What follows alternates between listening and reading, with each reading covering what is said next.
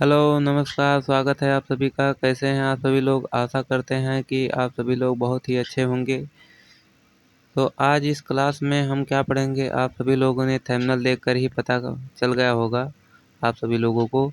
इससे पहले वाली क्लास में हम जो विचारधारा भूगोल में की विचारधाराएँ हैं तो उसका हमने नियतिवाद को देखा है, जिसे निश्चयवाद और प्रकृतिवाद या पर्यावरणवाद कहा जाता है। तो इससे पहले हम एक क्लास को अपलोड किए हैं निश्चयवाद का।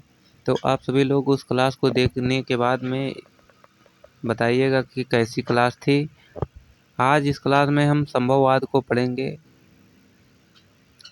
तो चलिए शुरू करते हैं बिना देरी करते हुए। यह क्लास आप सभी को बहुत ही अच्छे तरीके से पसंद आएगी। उम्मीद करते हैं कि आप लोगों को पसंद आएगी। अगर आप लोगों को यह क्लास पसंद आती है तो इस चैनल को सब्सक्राइब, लाइक, शेयर करिए। अगर आप लोगों को भूगोल की पढ़ाई करनी है भूगोल विषय से, तो इस चैनल पर सभी टॉपिक को पढ़ाया जाएगा। जैसा कि आप सभी लोग जाकर प्लेलिस्ट में देख सकते हैं कि हमने भारत भूगोल को बहुत ही अच्छे तरीके से कवर किया है। आप सभी लोग उस क्लास को देखिए और कमेंट करके बताइए कैसी क्लास है। जो भारत भूगोल की श्रृंखला है उसमें हमने पूरे भारत को कवर करने की कोशिश की है। तो आज हम इस क्लास में संभववाद को बहुत ही अच्छे तरीके से समझेंगे। आप लोगों को उम्मीद दिलाते हैं यह क्लास आपको ज़रूर समझ में आएगी और इस क्लास को देखने के बाद में आपको किसी संभववाद की क्लास को नहीं देखना पड़ेगा। तो चलिए शुरू करते हैं। एकदम आसान तरीके से समझेंगे हम। पहले हम इस क्लास का ओवरव्यू दे देते हैं कि जो संभववाद है वह क्या है। तो जो संभववाद है उसका जो जन्म हुआ था, कब उभर कर आया था, तो विरोध में यह उभर कर आया था। निश्चयवाद के कंपटीशन में। तो आप सभी लोग निश्चयवाद को देखिएगा। जो निश्चयवाद का हमने क्लास लिया है उस क्लास को देखिए, फिर उसके बाद में इस क्लास को दोबारा देखिए और नोट्स बनाइए। बहुत ही अच्छे तरीके से समझ में आएंगे। तो आपको हम उम्मीद दिलाते हैं कि ज़रूर आपको यह क्लास पसंद आएगी। अगर आपको यह क्लास पसंद आए तभी लाइक करिए, शेयर करिए और सब्सक्राइब करिए।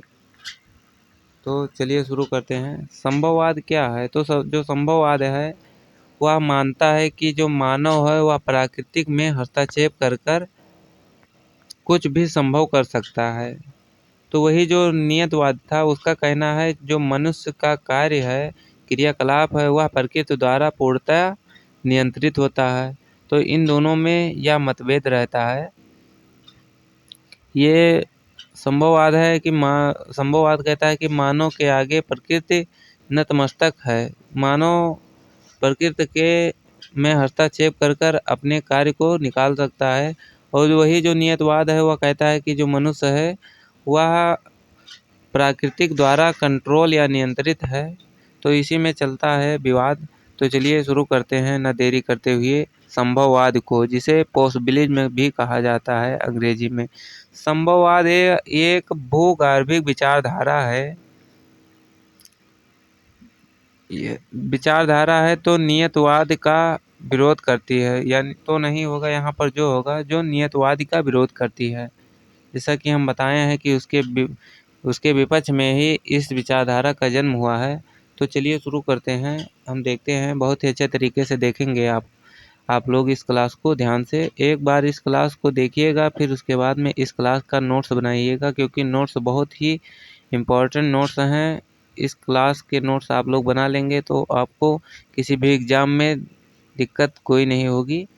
तो जो संभववाद है यह मानता है कि मानव अपने पर्यावरण को बदलने में सक्षम है। तो संभव है जो कहता है कि मानववाद है, जो मानव है संभववाद है। जो संभववाद कहता है कि मानव जो है वह अपने पर्यावरण को बदलने में सक्षम है, वह पर्यावरण को बदल सकता है और प्रकृति द्वारा प्रदान संभावनाएं, यानी प्रकृति द्वारा जो हमें दिए गए साधन हैं उसका उपयोग कर सकता है और अपने विकास को कर सकता है। प्रकृति द्वारा जो दिए गए संसाधन हैं उनका उपयोग करके। तो जो संभावनाओं का उपयोग कर सकता है, इसके बजाय उसके लिए उसके केवल पर्यावरण द्वारा नियंत्रित किया जाए। तो आप लोग बहुत ही अच्छे तरीके से समझिएगा ध्यान से। जो संभववाद है यह मानता है कि मानव पर्यावरण को बदलने में सक्षम है। जो मानव है वह पर्यावरण को बदल सकता है। यह किसका मानना है? संभववादी का मानना है। जो संभववाद के समर्थक हैं जैसे Vidal de la Blache, Lucien Febvre, Isaiah Bowman, तो ये सब हैं जो इसके समर्थक हैं। आगे चलकर इनको भी देखेंगे कि इस विचारधारा के कौन से समर्थक हैं। तो जो संभववाद का मानना है कि मानव पर्यावरण पर अपना प्रभाव डालता है और उसको बदलने में सक्षम है और प्रकृति द्वारा प्रदान संभावनाओं का उपयोग कर सकता है। जैसा कि मानव प्रकृति पर प्रभाव डालता भी है और जो प्रकृति द्वारा दिए गए साधन हैं उनका उपयोग भी कर सकता है, उस बजाय उसके केवल पर्यावरण द्वारा नियंत्रित किया जाए। न कि केवल मानव नियंत्रित किया ही जा सकता है पर्यावरण के द्वारा, बल्कि पर्यावरण को भी प्रभावित कर सकता है और उसके दिए गए जो संसाधन है उसका उपयोग करके अपने विकास को कर सकता है। इसका कहने का मतलब यही है। इतने जो शब्द हैं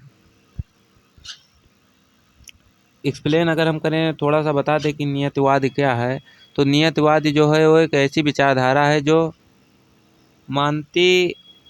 जिसका मानना है कि किसी क्षेत्र का मानव जीवन और संस्कृति पूरी तरह से प्रभावित होती है प्रकृति के द्वारा, और जो यह क्षेत्र है वह प्रकृति द्वारा प्रदान की गई है। तो परिस्थितियों से निर्धारित की जाती है जो मानव की क्रियाकलाप है। तो ध्यान से समझिएगा इसके कहने का मतलब क्या है।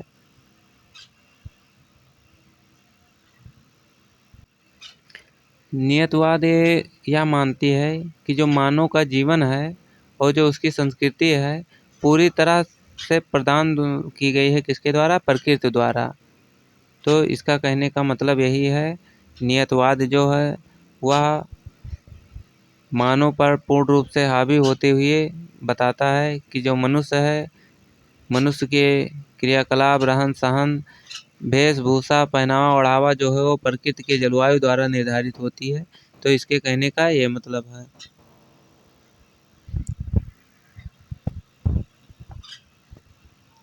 तो अगला हम देखते हैं।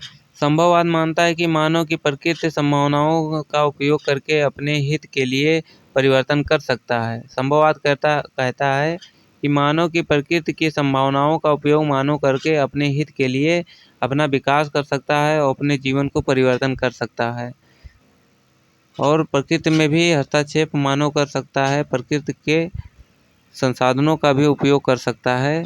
तो यह संभववाद बताता है। एग्जाम्पल के तौर पर हम देखें कि मानव कैसे प्राकृतिक संसाधनों का उपयोग करते हुए अपने क्रियाकलापों को विकसित करता है। तो मान लीजिए कि एक क्षेत्र में कठोर जलवायु है। नियतवाद यह कहता है कि यह क्षेत्र मानव जीवन के लिए अनुकूल नहीं है। चलिए, अब ये हो गए नियतवादी के विचारकों का कहना कि कोई अगर रेगिस्तान का क्षेत्र है तो वह मनुष्य के रहने के योग्य नहीं है, लेकिन मानव प्रकृति को प्रभावित करते हुए उस क्षेत्र में भी रह रहा है। तो देखिए संभववाद क्या कहता है। लेकिन संभववाद का कहेगा कि मानव जलवायु को नियंत्रित करने के लिए प्रौद्योगिकी का उपयोग कर सकता है। अब देखिएगा ये बहुत ही इम्पोर्टेंट है। जो एग्जाम्पल दिए हैं बहुत ही ध्यान से समझिएगा। इस एग्जाम्पल के तौर पर आप लोगों को समझ में आ जाएगा नियतवाद और निश्चयवाद का जो कॉन्सेप्ट है वो। तो जो नियतवाद है वह कहता है कि जो प्रकृति है वही निर्धारित करता है कि मानव को क्या करना है, क्या खाना है, क्या पीना है, क्या कहाँ रहना है, किस प्रकार के उनके कृषि होंगे, पशु होंगे, किस प्रकार का व्यवसाय होगा। तो ये नियतवाद कहता है कि ये प्रकृति डिसाइड करेगी मानव क्या करेगा। तो वही प्रकृति का नियतवादी का कहना है कि जो रेगिस्तान वाले क्षेत्रों में है तो मानव क्षेत्र के लिए वह अनुकूल नहीं है, तो मानव वहाँ पर नहीं रह सकता। लेकिन आप सभी लोग देखे होंगे कि आज रेगिस्तान वाले क्षेत्रों में भी मानव काफ़ी संख्या में पाए जा रहे हैं। आप लोगों ने युगांडा, तंजानिया, कांगो बेसिन वाले क्षेत्रों में देखा होगा, सहारा मरुस्थल में देखा होगा। तो और अपने भारत की बात करें तो राजस्थान में देखे होंगे आप लोग कि वहाँ पर काफ़ी जनसंख्या में लोग रह रहे हैं। तो यह सीधे-सीधे इन दोनों का कॉम्पिटिशन है कि जो नियतवाद है वो कहता है कि मानव है वो प्रकृति के अनुकूल परिस्थितियों में नहीं रह सकता है। वही संभववाद कहता है कि मनुष्य है वो संभावनाओं का स्वामी है। मनुष्य जो है वो सब कुछ संभव कर सकता है। प्रकृति के जो नियम कानून है उसका वह उल्लंघन कर सकता है, उसका खंडन कर सकता है। तो नियतवाद जो है वो कहता है कि मनुष्य जो है रेगिस्तान में नहीं रह सकता है, वह उसके लिए अनुकूल स्थिति नहीं है। वहीं संभववादी विचारधारा का कहना है कि मनुष्य आज भी जो है वो रेगिस्तान वाले क्षेत्रों में रहता है। प्रौद्योगिकी का मतलब आप लोगों को बता दें, जो प्रौद्योगिकी है वो है नई-नई तकनीकों का। जैसे रेगिस्तान वाले क्षेत्रों में लोग रहते हैं तो सोलर एनर्जी का उपयोग करते हुए वहाँ पर फैन, एसी, कूलर, फ्रिज इन सब का जो तकनीकी उपकरण हैं उनका उपयोग किया है और अपने जीवन शैली में काफ़ी सुधार लाया है। तो जो मनुष्य है वो जहाँ भी रहेगा तो वहाँ संभावनाओं को खोजता रहेगा कि किस प्रकार कि अपने जीवन को हम सर्वाइव करें। तो इसीलिए कहा गया है कि मानव जो है वो संभावनाओं का स्वामी है। मानव कहीं भी रहकर अपने जीवन को सर्वाइव कर लेगा। तो यह प्रकृति के सीधे-सीधे प्रकृतिवाद की विचारधारा को गलत करता हुआ नज़र आ रहा है, जो हमारा संभववाद है। जो प्रकृतिवाद, निश्चयवाद या नियतवाद है, वो तीनों एक ही हैं। तो जो नियतवाद है वो कहता है कि मनुष्य के लिए अनुकूल परिस्थिति है, जो है कहाँ? रेगिस्तान वाले क्षेत्रों में। जबकि संभववाद कहता है मनुष्य प्रौद्योगिकी का निर्माण करते हुए नई-नई तकनीकों लाइट, बिजली, पंखे, कूलर, एसी का प्रयोग करते हुए वो रेगिस्तान वाले क्षेत्रों में भी रह सकता है। तो पॉसिबिलिज़्म है, जहाँ मानव है वहाँ पर सब कुछ पॉसिबल है।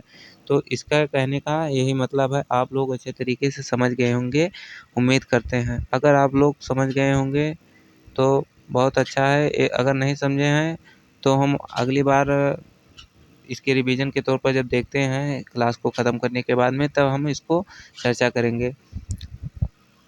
एग्ज़ाम्पल के तौर पर हम देखें, जो रेगिस्तान वाले क्षेत्रों में सिंचाई प्रणाली का विकास करके वहाँ पर जीवन सर्वाइव कर रहा है मानव। नई-नई प्रौद्योगिकी का उपयोग करते हुए फसलों का चयन करता है कि जो रेगिस्तानी क्षेत्र है वहाँ पर किस प्रकार की फसल होंगी, तो उसका चयन करता है अपने बुद्धिमत्ता से, अपने तकनीकी से। यही है प्रकृति के पर्यावरण को प्रभावित करता है मानव। क्योंकि प्रकृति कहता है कि मानव वहाँ पर नहीं रह सकता है, लेकिन मानव प्रकृति में हस्तक्षेप करते हुए वहाँ पर रहने की कोशिश कर रहा है अपने नए-नए तकनीकों से। तो इसके कहने का ये मतलब है कि पर्यावरणवाद जो है उस पर मानव हावी होते हुए नज़र आ रहा है, संभववाद का कहना है। सिंचाई प्रणाली का विकास करके वहाँ पर अच्छी कृषि की जा सकती है, फसलों का अच्छे बीजों का चयन करते हुए वहाँ पर अच्छी फसलों का उपयोग किया जा सकता है। और वहाँ पर जैसे रेगिस्तान वाले क्षेत्रों में मोटे अनाजों को पैदा कर रहा है, जो मानव है नई-नई तकनीकों का उपयोग करते हुए। तो ये है संभववाद और निश्चयवाद के मध्य जो विवाद है, वो उसकी तुलना है। तो आप लोग समझ गए होंगे। हम इस क्लास में अपना 100% देने की कोशिश करेंगे, ताकि आप लोगों को इस क्लास को देखने के बाद में किसी अन्य क्लास को देखना ना पड़े, क्योंकि बहुत ही अच्छे तरीके से हम आपको समझाने की कोशिश कर रहे हैं। संक्षेप में अगर हम बात करें कि संभववाद एक आशावादी विचारधारा है, क्योंकि मनुष्य जो है जो उम्मीदों यानी आशाओं का प्राणी कहा जाता है। मनुष्य कभी अपनी आशा उम्मीद को नहीं छोड़ता है। तो संक्षेप में अगर करें तो जहाँ मनुष्य है वहाँ पर संभावना होना ज़रूरी है। मनुष्य सब कुछ पॉसिबल कर सकता है। मनुष्य के आगे कोई भी बड़ी चीज़ नहीं है। मनुष्य संभावनाओं का स्वामी है, वह सब कुछ पॉसिबल कर सकता है। संक्षेप में अगर हम बात करें, संभववाद एक आशावादी विचारधारा है, जो मानता है कि मानव प्रकृति के साथ सक्रिय भागीदारी है। मनुष्य जो है, मानव वो प्रकृति के साथ सक्रिय है यानी एक्टिव है, और अपने पर्यावरण में बदलाव लाने के लिए अपनी क्षमताओं का उपयोग कर रहा है। पर्यावरण के साथ मानव एक्टिव है और जो है अपनी क्षमताओं के माध्यम से पर्यावरण में बदलाव लाने की कोशिश कर रहा है। तो इसका संक्षेप में अर्थ हम देखें तो इसके कहने का यही मतलब है कि मनुष्य जो है संभववाद का कहना है, ध्यान से सुनिएगा, जो मनुष्य है वो आशावादी है, क्योंकि मनुष्य जहाँ रहेगा वहाँ संभावनाएं उत्पन्न होंगी। और जो मनुष्य है मानव प्रकृति के साथ एक्टिव रहेगा, क्योंकि जैसे जैसे प्रकृति है, जैसे जलवायु बदलता है तो मानव भी अपने वेशभूषा, रहन सहन, खान पान को बदलेगा। मौसम बदलता है तो उसके हिसाब से मनुष्य अपने कार्य को निर्वाह करेगा। तो जो है वो मनुष्य जो है वो प्रकृति के साथ साथ एक्टिव है, प्रकृति के साथ सक्रिय है, और जो है वो अपने पर्यावरण में बदलाव करता है। जो मानव है वो अपने वातावरण में चेंजिंग लाता है। जैसा कि आप सभी लोग जानते ही होंगे, जो जलवायु है इस समय की, वो मनुष्य के क्रियाकलापों के माध्यम से ग्लोबल वार्मिंग, वैश्विक तापन का जो मुद्दा आजकल काफ़ी ही गंभीरता है, जो वैश्विक तापन से टेम्परेचर का बढ़ना। तो यही कारण है, जो मनुष्य है वो संभावनाओं का स्वामी है। मनुष्य के क्रियाकलापों और उसके क्रियाकलापों से जो है वो प्रकृति में काफ़ी चेंजेस देखने को मिलता है। जैसे पहले ज़्यादा ठंडी होती थी तो ये अब कम ठंडक होने लगी है, पहले कम गर्मी होती थी तो अब वही ज़्यादा गर्मी होने लगी है। तो ये इसका जो महत्वपूर्ण कारक है वो मानव है, मानव की क्रियाकलापें हैं। तो जो है मानव है वो प्रकृति के साथ एक्टिव है और उसको बदलने का प्रयास करता रहता है अपनी क्षमताओं के द्वारा। इसके कहने का यही मतलब है।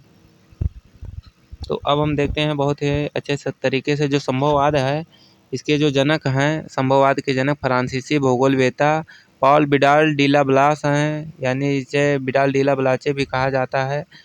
लुसियन फेब्रे हैं जो संभववाद को आगे बढ़ाने का काम करते हैं। लुसियन फेब्रे महोदय हैं जो उन्होंने सबसे पहले संभववाद शब्द का उपयोग किया, संभववाद शब्द को दिया। तो चलिए हम देख लेते हैं इसके रिवीजन के तौर पर कि संभववाद का क्या कहना है। आप लोग नियतवाद की क्लास को ज़रूर जाकर देखिएगा, क्योंकि बहुत ही अच्छी क्लास है। आप लोगों को कभी भी इससे अच्छे टॉपिक नहीं मिलेगा। हम आशा करते हैं कि वह क्लास आपको बहुत ही पसंद आएगी। हमने बहुत ही अच्छे तरीके से समझाया है, जैसा कि इस क्लास को समझा रहे हैं। तो चलिए रिवीजन के तौर पर हमको देख लेते हैं। जैसा कि हम ऊपर पढ़ चुके हैं जो संभववाद है उसको पूरे तरीके से। तो संभववाद के जो जनक हैं वो विडाल डी ला ब्लास माने जाते हैं, और वहीं संभववाद शब्द को देने वाले जो हैं वो लुसियन फेब्रे हैं। तो चलिए देखते हैं। संभववादी उपागम का उदय पर्यावरण निश्चयवाद तथा उद्देश्य मूलक उपागम के अतिवादी विचारधारा के भ्रांसना से के फलस्वरूप उत्पन्न हुआ है। इसका मैं कहने का मतलब है, जो संभववाद का जो संभववाद है उसका उत्पत्ति कैसे हुई है, उसका विकास संभववाद का। तो इसका विकास जो है वो नियतवादी और जो उद्देश्य मूलक विचारधारा अप्रोचेज हैं उन्हीं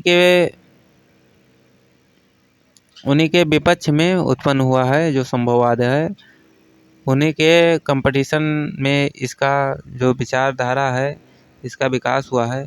तो चलिए शुरू करते हैं। हम देखते हैं आगे। भूगोलविद विडाल डी ला ब्लास और जीन्स ब्रून्स तथा अमेरिकी भूगोलविद इसाया बोमेन तथा कार्ल सावर ने संभववादी उपागम की स्थापना की। जो संभववादी विचारधारा है, यानी जो संभववादी अप्रोचेज है, पॉसिबिलिस्टिक अप्रोचेज, तो जो इसके जो वैज्ञानिक हैं, भूगोलवेत्ता हैं, सॉरी वैज्ञानिक नहीं भूगोलवेत्ता कहे जाएंगे, फ्रांसीसी भूगोलविद जो हैं विडाल डी ला ब्लास हैं और जीन्स ब्रून्स हैं इसके जो समर्थक हैं। अमेरिकी भूगोलविद इसाया बोमेन हैं, कार्ल सायर हैं। तो ये सब जो हैं जो संभववादी के प्रबल समर्थक हैं।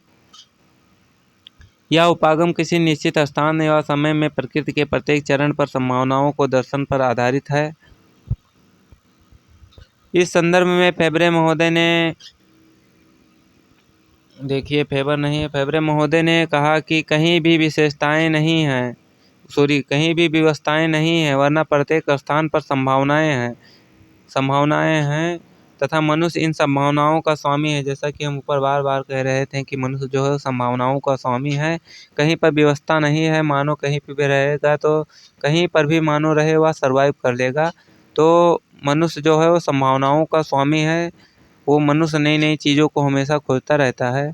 तो जो संभावनाओं का स्वामी होने के नाते मनुष्य इनके उपयोग के लिए स्वयं निर्णायक होता है।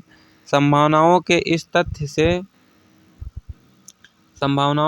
तथ्य से भी अवगत हैं कि प्रकृति को आदेश देने या उसमें परिवर्तन करने के संदर्भ में मनुष्य की स्वतंत्रता व क्षमता सीमित है। ये भी कहा गया है जो मनुष्य है उसकी स्वतंत्रता और जो है प्रकृति में वो सीमित है, उसमें परिवर्तन करना भी मनुष्य के लिए सीमित है, और जो स्वतंत्रता है मनुष्य का प्रकृति में छेड़छाड़ करने का वो भी सीमित है। इस तत्व को समझते हुए संभववादी विचारकों ने कहा कि स्वीकार किया, संभववादी जो विचारक है उन्होंने भी स्वीकार किया कि मनुष्य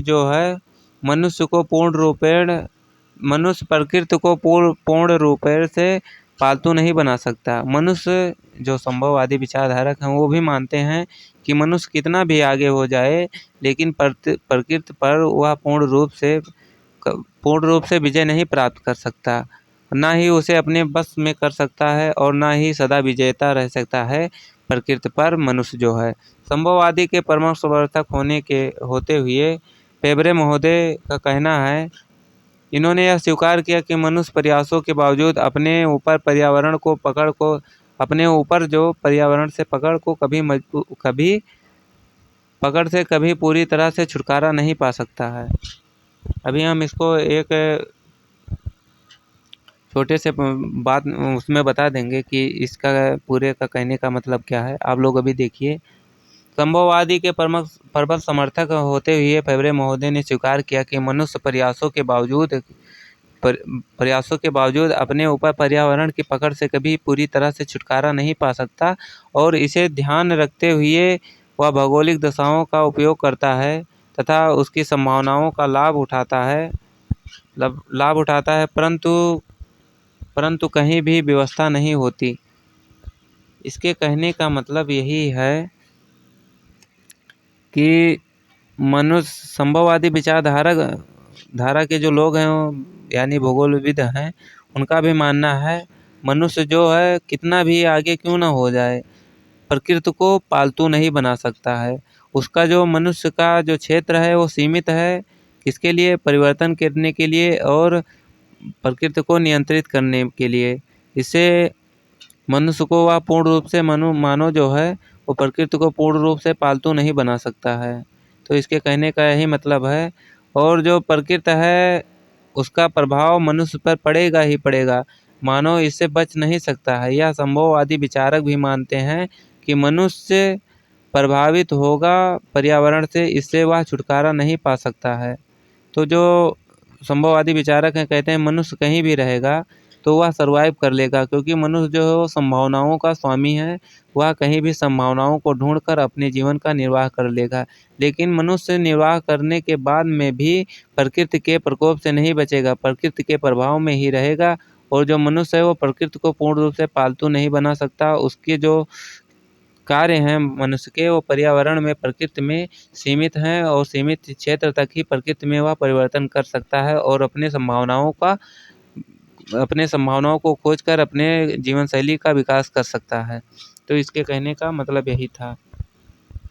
अगर आप लोगों को समझ में आ रहा है तो प्लीज़ लाइक शेयर सब्सक्राइब करिए, क्योंकि यह क्लास को लेने में काफ़ी मेहनत लगती है। तो आप लोग इस क्लास को सपोर्ट करेंगे तो हमें भी मोटिवेशन मिलेगा, तो हम अच्छी क्लासें आप लोगों को प्रोवाइड कराते रहेंगे। इस चैनल को सब्सक्राइब कर लीजिए। भूगोल से सभी टॉपिक को इस क्लास में पढ़ाया जाएगा। तो देखते हैं, संभववादियों ने घोर निश्चयवादियों शब्दावलियों के स्थान पर सामान्य तथा नरम शब्दावलियों का प्रयोग किया है। इसका मतलब है कि संभववादी जो विचारक हैं घोर निश्चयवादी शब्दावली, जो निश्चयवाद में शब्दावली का प्रयोग किया गया है, तो कौन कौन से जो शब्दावली का प्रयोग किया गया है उनके स्थान पर कौन कौन सी शब्दावलियाँ जो संभववाद के विचारधारा के वैज्ञानिक भूगोलविद हैं उन्होंने क्या क्या कहा है। तो देखते हैं, नियंत्रण के स्थान पर जो संभववादी हैं वो प्रभाव कहा है। प्रभाव के स्थान पर अनुक्रिया या समायोजन का प्रयोग किया है। तैठम महोदय ने पर्यावरणीय निश्चयवाद तथा समन्वयवाद या संभववादी के बीच के अंतर को दूर करने का प्रयास किया है और किया है कि प्रकृति पर न तो विजयी की भावना होनी चाहिए और न ही अपने सामने समर्पण की, बल्कि प्रकृति के साथ सहयोग की भावना होनी चाहिए।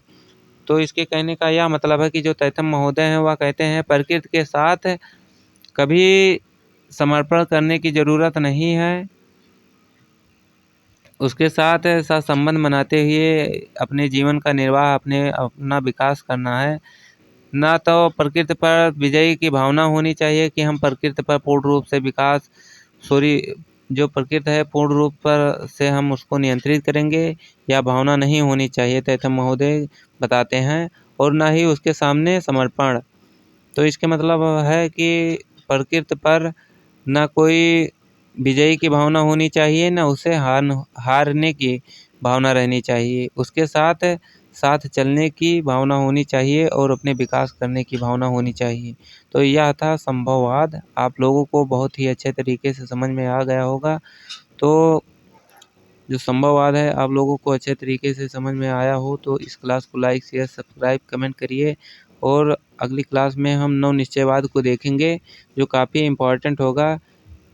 इससे पहले हम सोच रहे हैं कि जो निश्चयवाद है और संभववाद है उसकी तुलना वाली क्लास को लाएं, जिससे दोनों क्लासों का जो कंक्लूजन है वो सही अच्छे तरीके से समझ में आ जाए कि संभववाद क्या है और निश्चयवाद क्या है। तो बने रहिए हमारे साथ।